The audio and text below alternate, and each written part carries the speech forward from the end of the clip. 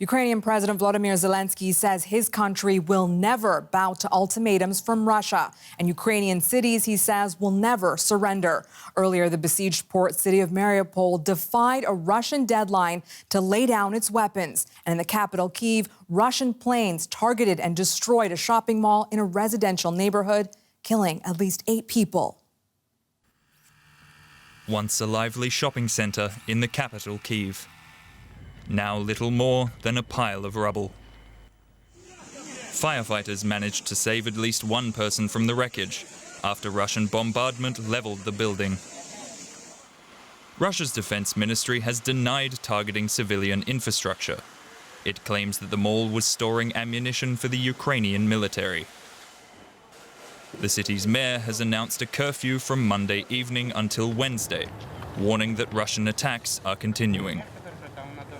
Right now, it's 11 schools, 5 kindergartens destroyed, civilian buildings. It's a war against civilians.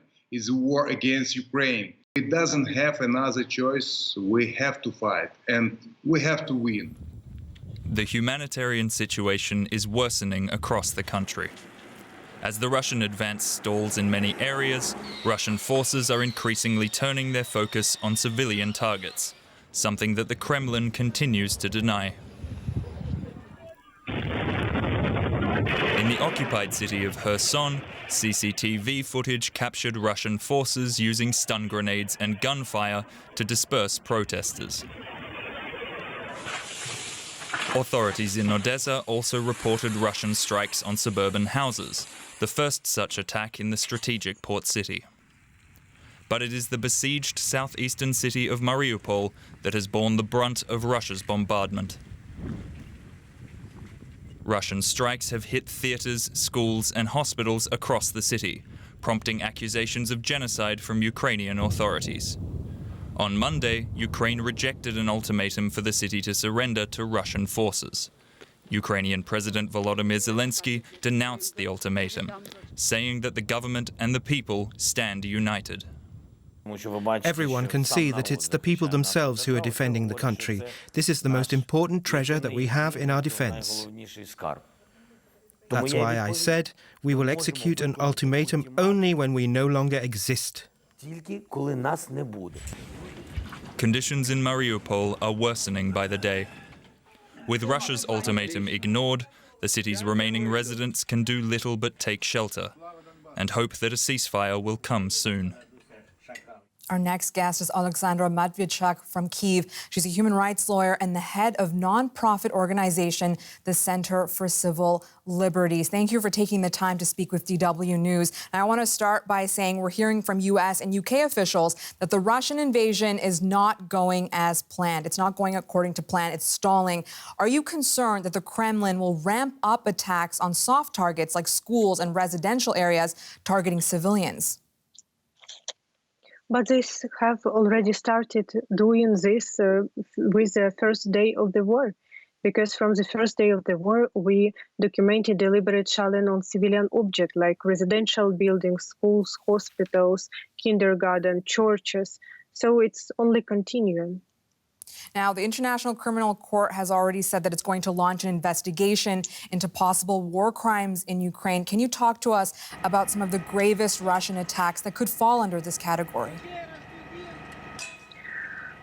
International Criminal Court will have plenty of work here because we, for current moment, documented, as I told, deliberate shelling on civil objects and civil population, attacks to humanitarian corridors, forcibly transfer of population from occupied part to Russian Federation, using indiscriminated weapons like unguided bomb or cluster munition, deliberate attack to medical personnel, which is highly prohibited by international humanitarian law, political persecution in occupied territories, like beating and threatening people who organize peaceful assemblies, and also perfidy as a special crime according to international humanitarian law also is used by Russian troops. Ukrainian President Zelenskyy has said that those complicit in war crimes will be brought to justice. As you know, this can be a long process, a painful process for families of victims. What are you looking at in the weeks and years to come when it comes to this? International justice always delay in time, and that's why we, for one side, try to collect as much evidence as possible, because we will do all our best to bring all perpetrators to justice, also executors of these crimes, and Putin and his surrounding who organize these crimes. But for another side, we also thinking how to stop these war crimes to commit, how to make the prevention of appearing of new victims. Can you talk to us about the evidence when you say we're gathering them as much as possible, but it's becoming increasingly difficult to document any such war crimes that could be crucial to any investigation because of the ongoing fighting and the increased shelling?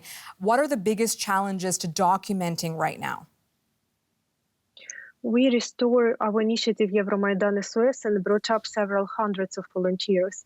And for us, it's a problem that it's like ordinary people, and majority of them have no legal background or appropriate expertise. That's why we can focus only on such evidence which is obvious for people who go through very simple informational trainings. Like we gathered witness testimonies of witness and victims of a deliberate attack to civil object, to humanitarian corridor, etc. For example, we not focus on sexual violence because our volunteers are not prepared to speak with victims of sexual violence. What would you like to see, Ms. Matvichuk, when it comes to Western allies of Ukraine, NATO, the European Union? What more do you want to see them do with regards to human rights abuses that you're seeing right now in your country? We need several things. We need proactive position, and we need unity. What I mean proactive position? I mean that we need to do their best from Western democracies in order to show Putin the high price of this invasion and to stop possibilities of Russian economy to feed this war. And when we go into details, we will see that not all Russian banks are banned from SWIFT, that Russia is not in the blacklist of PAT, that there is no embargo for oil and gas, and some countries still continue trade with Russia as usual.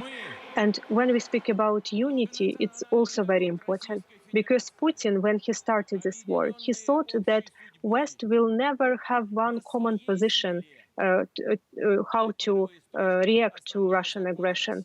And I really hope that he will be mistaken. If authoritarian regimes can cooperate together, like Russia and Belarus, there is no excuse for Western democracies not to find unity. Human rights lawyer in Kyiv, Alexandra Matvichuk, thank you very much for your time. Thank you. A Ukrainian man who survived multiple Nazi concentration camps has been killed by Russian shelling in Kharkiv. 96-year-old Boris Romantschenko lived through Nazi imprisonment and forced labor in several concentration camps, including the one in Buchenwald. After World War II, he returned home to Kharkiv, where he became a prominent peace activist and campaigner. He was killed when his apartment block was hit by a Russian shell on Friday. Our next guest is Dr. Jens Christian Wagner, director of the Buchenwald Foundation in the German city of Weimar. Mr. Wagner, thank you for speaking to us on this sad day. How did you find out about the death of Mr. Romantschenko? So this morning we have been informed by a person from Kharkiv who is responsible for our contacts with the former concentration camp prisoners who live in the region of Kharkiv, and he told us that Boris Romantschenko was killed by a bullet which that hit his house last Friday. What went through your mind when you heard the news? It was horrible. I was really shocked. Boris Romantschenko frequently came to the Buchenwald Memorial to join our ceremonies on the anniversary of the liberation of the camp, for example. he frequently spoke during these events. He had become a friend to all of us in the memorial, and we remember him as very engaged in struggling against fascism, for the memory of the camps, and for peace. And actually, the oath of Buchenwald was his life motto. And this oath from 1945 was to build a world of peace and freedom. To build a world of peace and freedom. Unfortunately for Ukrainians, that has been shattered some time ago with the annexation of Crimea and now this full-scale invasion that started just over 3 weeks ago. Can you talk to us about what some of the Holocaust survivors in the country have been telling you about this invasion? Yes, I've spoken and written with a lot of Holocaust survivors, but also with political survivors from the Nazi concentration camps. And all these survivors I've spoken with are shocked, really shocked. For the whole life, they had been fighting for peace and for memory. And now we have a new war in the mid of Europe. For example, last week, the International Committee of Buchenwald-Dora, this is a board of former prisoners from the Buchenwald and the Mittenwald-Dora concentration camps, published a declaration on the war on the Ukraine. And it clearly condemns the Russian attack on the Ukraine, and it demands Putin and the war at the Ukraine.